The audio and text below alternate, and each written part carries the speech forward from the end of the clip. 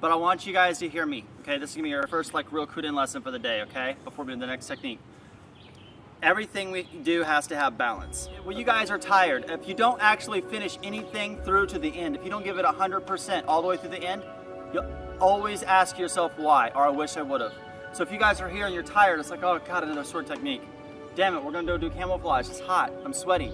I know it's hard, I understand that, but everything that you guys wanna do in life, if you wanna succeed, you have to push past that point of fatigue. Do you know what I'm saying? If you wanna be really good at this, you have to get past fatigue, push yourself past. I know you're tired, but the difference between the person that survives in a real fight and the one that don't is the one that could push themselves past that pain, past that barrier, right? So when you're training and you guys are like, oh, I'm fatigued, remember that the Kuden lesson where your body is weak, but your mind is not. Our bodies tell us all the time how much we suck. That's the truth. I mean, we are born a certain way. All of us are born a certain way, a certain deck of cards, and you look at yourself in the mirror and you're like, you know, I wish I was like this. I wish I was like that. And if you change it, if you can, if you can't, you have to figure out how you could formulate a plan to be better. You know, you're sparring, you're like, this guy's bigger than me, he's stronger than me, he's more athletic, he's got a higher belt, he's got more experience. It doesn't matter. How can you get better? How do you push yourself past that point to get better? So when you guys are out here and you're training and you guys are tired, don't let your body stop you from what your mind wants. Because that's what your body is going to do. If you want to be stronger, what do you have to do? Push-ups, sit-ups, squats, lift weights, right? Well, what happens when you start doing squats? Your legs start to fucking burn. Your muscles burn. You get sore, right? You're holding the sword for hours. You get calluses on your hands. You climb those rock walls. You get banged up. You start bleeding. Your body is constantly telling you you can't do it.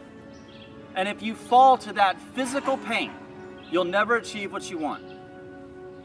But if you could push yourself past that and let your mind put you in a position to where you can succeed, you will gain everything you want, I promise. I promise. What I mean by balance is every day you guys come into the dojo, you guys are out here. We talked about this a little bit last time, okay? But I talked to you guys about being able to understand good and bad.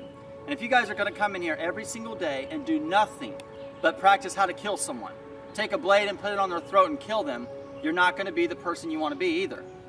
You know what I mean? So be as good as you can at combat. Be as good as you can at war. But make sure that when you leave, you know how to relax and have a good time. Don't just stay in a war mindset. And that relax and have a good time is clearly different for everyone here, right? We all have a different likes and dislikes.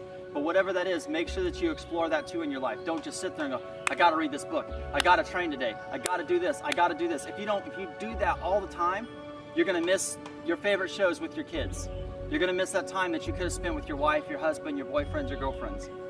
You know what I mean? And training is very important, but it doesn't take the place of the one thing that we all searching for.